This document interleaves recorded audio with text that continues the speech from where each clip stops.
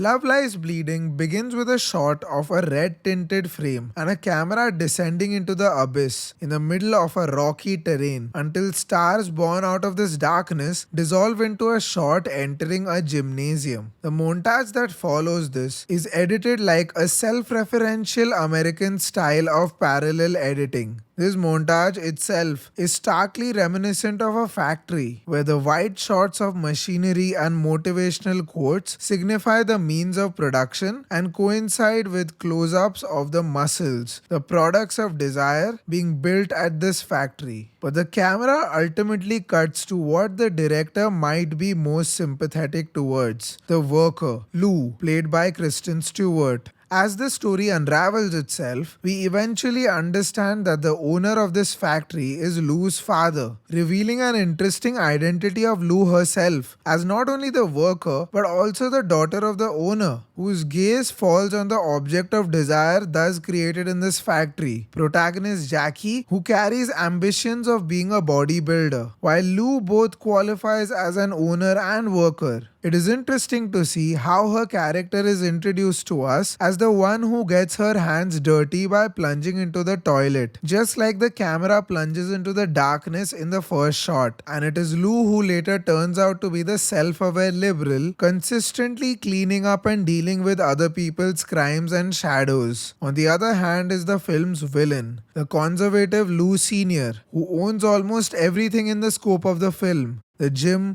the guns, and ultimately law enforcement itself. But this father stays in the shadow for most of the film, while Lou's own plunge into the shadows is a signification of her going up against him. If the film is viewed from such a logic, we realize that while both father and daughter are on opposite ends, they still somewhat relate to each other. While the father counts on his daughter's help in cleaning up the shit of his world, the daughter desires the very product created in her father's world, aka Jackie. This irony plays deeper into the character of Lou. While she is seen smoking a cigar in the film, she also hears self-help anti-smoking tapes at the same time, a well-known practice in the 80s. But as philosopher Slavoj Zizek states, the presence of this big other masculine voice only heightens the perverted desire attained from smoking itself. In this way, hate gives rise to dependency and repression gives rise to desire itself in the twisted world of Love Lies Bleeding. This is the symptom of American consumerism that unites producer and worker, man and woman together. Jackie becomes the ideal consumer in this world because she accepts both Lou's steroids and her father's guns and a job, complicit in the security of toxic substances as well as patriarchy. In such a way, it appears as if Jackie, filled with ambitions of winning a Las Vegas bodybuilding competition, embarks on a journey of going physically and mentally into the abyss of this cynical consumerism, sleeping with both her masculine and feminine counterparts at different times. And the deeper she goes, the more of a monster she finds herself becoming, until she gives in to her impulses and goes on a rampage of killing characters we would consider stereotypes of the American action genre. What provokes my fascination with Jackie is in how she is a paradoxical symptom of 80s masculinity itself. She embodies both the conservative and liberal attitudes of American ideology while simultaneously becoming an object of desire to both the masculine and feminine. At the beginning of her downfall, she first kills Lou's half-brother, JJ, the abusive patriarch whose death condition is very interesting to see. While the entire film has its gaze on self-help utterances by men, it is ironic to see the distended jaw of the dead man as a result of Jackie's onslaught, as if he has been silenced by the monster he figuratively had a hand in giving birth to. Lou even later notices a pack of cigarettes in JJ's pocket, but now that this patriarch and provider is dead, Lou stoically rejects these cigarettes. When the body of JJ is being carried away to dispose of it, director Glass decides to pay homage to Lost Highway, trying to equate the condition of our protagonist with wife killer Fred Madison's. And after disposing of the dead body into the abyss, the film leaves the impression of an abyss within an abyss, a point of no return turn where the form itself might start going against the protagonist. When Jackie loses complete control over herself thanks to steroid overdose, she starts experiencing a distortion of these American film tropes where Lou Sr. is pointing a gun towards the camera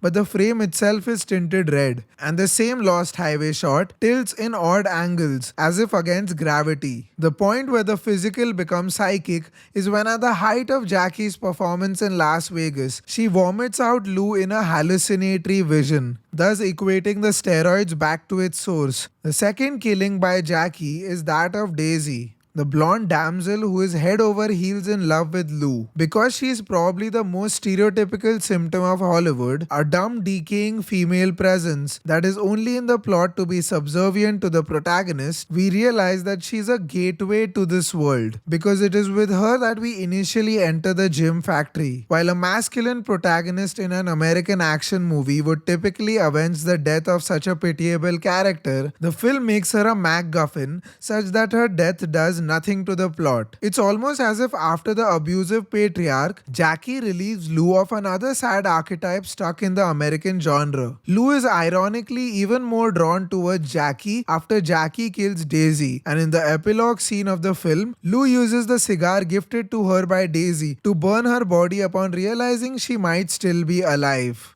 So now that we lead ourselves towards the end of the film, in my opinion, what was till now a very well built feminist film focusing on the transformation and tragedy of our monster takes a 180-degree shift into the realm of outlandish fairy tale fantasy which comes out of nowhere, as if an A24 powered She-Hulk invaded Glass's own carefully built aesthetic. Suddenly, Jackie turns into a larger than life figure that breaks the bones of Lou's father, and the steroids that were clearly patriarchal products of a hyper-masculine ideal suddenly turn out to be outlets of transcendence in the scope of the narrative. This is where, to me, the paradox of Jackie finds itself lost. For a film that was consistently and cynically criticizing the very excesses of the American genre, it now magically shows us optimistic music playing and the couple back together in superhero form. The films that Love Lies Bleeding relates itself to have honestly proven to be a bit more self-aware of their own chaotic logic while committing to the downfall of their traumatized characters. Love Lies Bleeding, on the other hand, points towards a stubborn commitment to outlandish ideals that dislodge itself from the hard-hitting film it could otherwise be.